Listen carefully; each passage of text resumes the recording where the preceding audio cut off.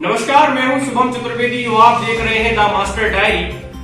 और कल हमारे गांव में बड़े ही धूमधाम से संत नामदेव जयंती मनाई गई, लेकिन वह रिपोर्ट देखने से पहले हमें यह जानना जरूरी है कि संत नामदेव कौन थे और नामदेव जी संत कैसे बने। एक बार की बात है कि संत नामदेव जी बाहर खेल रहे थे तो उनकी माता जी ने उनसे कहा कि बेटा मुझे दवा बनाना है और जंगल से थोड़ी श्योल वृक्ष की छाल लेता आइए। तो संत नामदेव जी जंगल की ओर जाते हैं और जंगल जाके वहां चाकू से उस पेड़ की छाल खरोच के लाते हैं। और जब वह रास्ते में लौट के आते हैं तो उन्हें एक महात्मा के दर्शन होते हैं। और जब महात्मा जी उनसे पूछते हैं कि बेटा यह क्या लेकर जा रहे हो, तो नामदेव जी कहते हैं कि यह मैं पेड़ की छाल लाया हूँ, माता ने दवाई बनाने के लिए मंगाई है।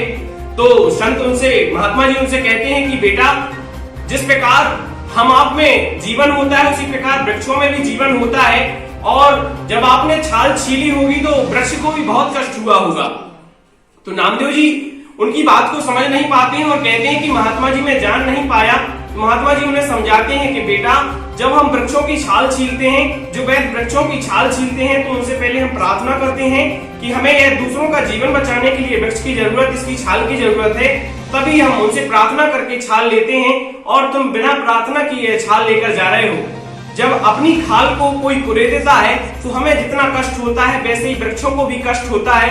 तो संत नामदेव जी घर जाकर माता को वह छाल तो दे देते हैं, लेकिन उन्हें अपने मन में एक आत्मग्लानि पैदा हो जाती है कि जो महात्मा ने बात कही वह उसे सोचने लगते हैं। और एक रूम के कमरे के कोने में बैठकर वह अपने पैर की छाल छीलते हैं, यानी खाल को छीलते हैं। और जब माता देखती हैं कि नामदेव के पैर से खून बह रहा है तो वह सीने से लगा लेती हैं और बोलती हैं कि पागल बावला हो गया है, यह क्या कर रहा है।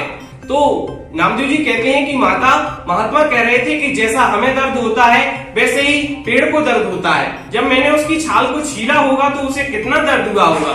तब माता जान जाती हैं कि यह अब सत्संगी हो गया है। और यह थी कहानी। अब देखिए खास रिपोर्ट, संत नामदेव कैसे संत बनी है। मैंने पूरी कहानी सुनाई।